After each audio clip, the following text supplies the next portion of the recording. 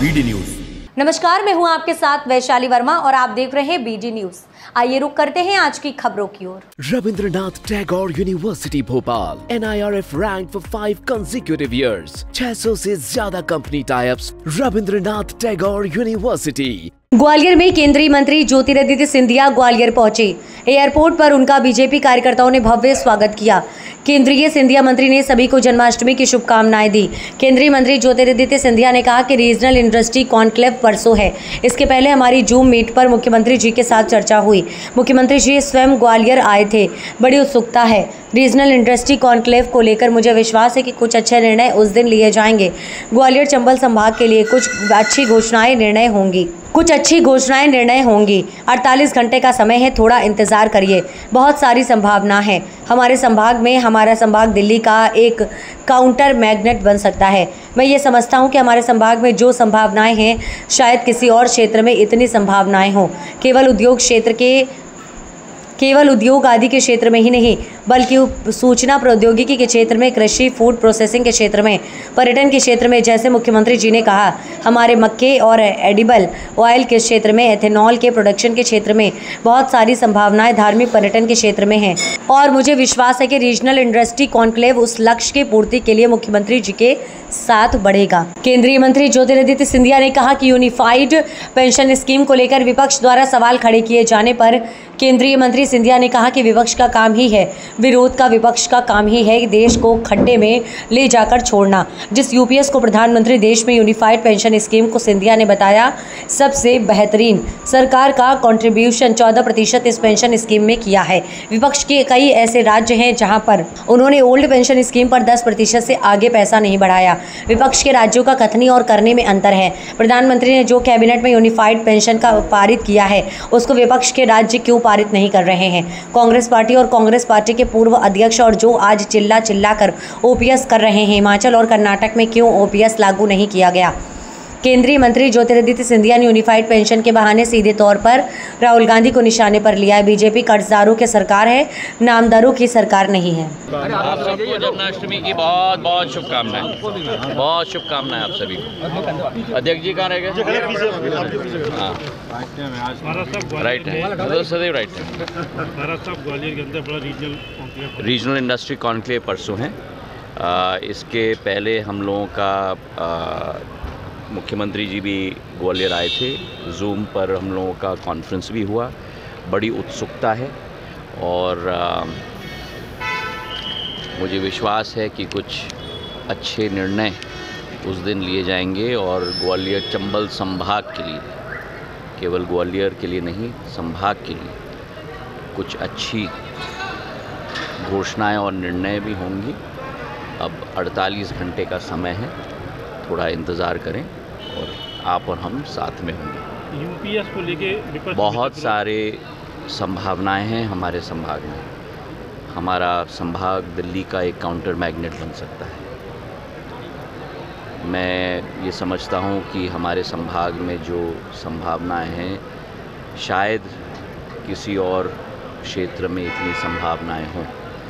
केवल औद्योग और मैन्युफैक्चरिंग के सेक्टर में नहीं, लेकिन सूचना प्रौद्योगिकी के क्षेत्र में, कृषि, फूड प्रोसेसिंग के क्षेत्र में, पर्यटन के क्षेत्र में, जैसे मुख्यमंत्री जी ने कहा, हमारे मक्के और हमारे एडिबल ऑयल्स के क्षेत्र में, इथेनॉल के प्रोडक्शन के क्षेत्र में, बहुत सारी संभावनाएं, धार्मिक पर्यटन के क्षेत्र में। और मुझे विश्वास है कि ये रीजनल इंडस्ट्री कॉन्क्लेव उस लक्ष्य की पूर्ति की तरफ तेज़ी से हम सबको साथ में मिलकर मुख्यमंत्री जी और प्रधानमंत्री जी के नेतृत्व में बढ़ाएगा। यूपीएस को लेकर विपक्ष विरोध कर रहा है लगातार। विपक्ष का काम ही है विरोध करना। विपक्ष का काम ही है देश को खड्डे में ले जाकर छोड़ना। जिस यूपीएस को प्रधानमंत्री जी ने स्वयं विचार विमर्श करके लंबे अरसे पर सारे सरकारी कर्मचारी के संगठनों के साथ मिलकर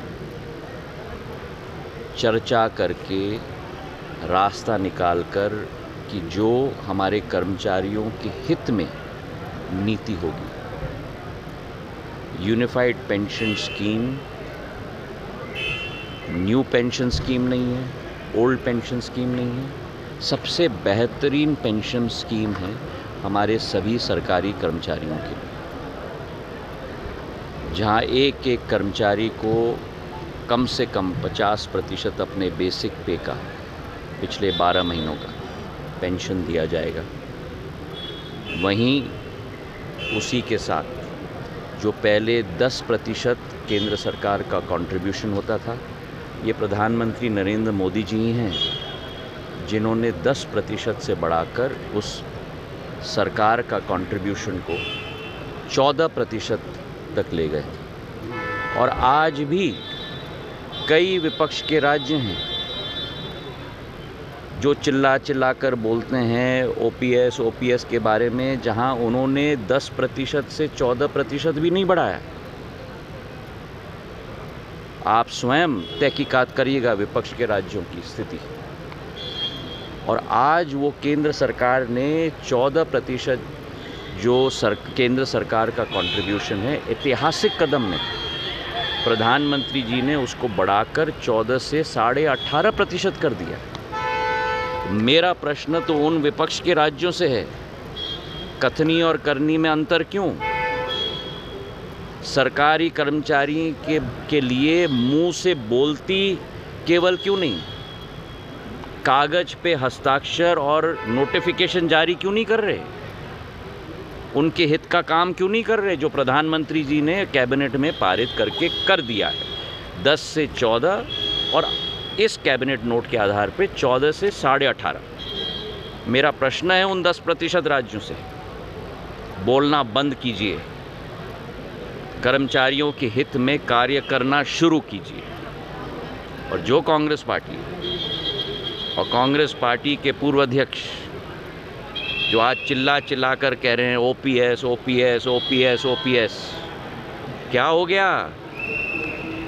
जो चुनाव के समय में मैनिफेस्टो में डाला था कर्नाटक में, मैनिफेस्टो में डाला था हिमाचल में, 1.5 साल हो गए, क्यों नहीं लागू किया ओपीएस अभी तक उन राज्यों में?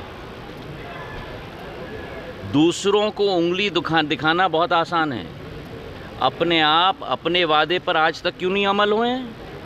आप अगर ओपीएस इतना चिल्ला रहे हो, जो आपने जनता को कहा था कि आप ओपीएस लागू करोगे, हिमाचल में तो आपकी सरकार है, कर्नाटक में आपकी सरकार है, क्यों नहीं किया लागू ओपीएस? बोलना बंद कीजिए, काम करके दिखाइए। आज देश की जनता काम चाहती है जो प्रधानमंत्री जी करके दिखाते हैं, और इसलिए कहा जाता है कि ये कामदारों की सरकार है, नामदारों की सरकार नहीं है। बहुत बहुत धन्यवाद। Rabindranath Tagore University, Bhopal, NIRF ranked for 5 consecutive years.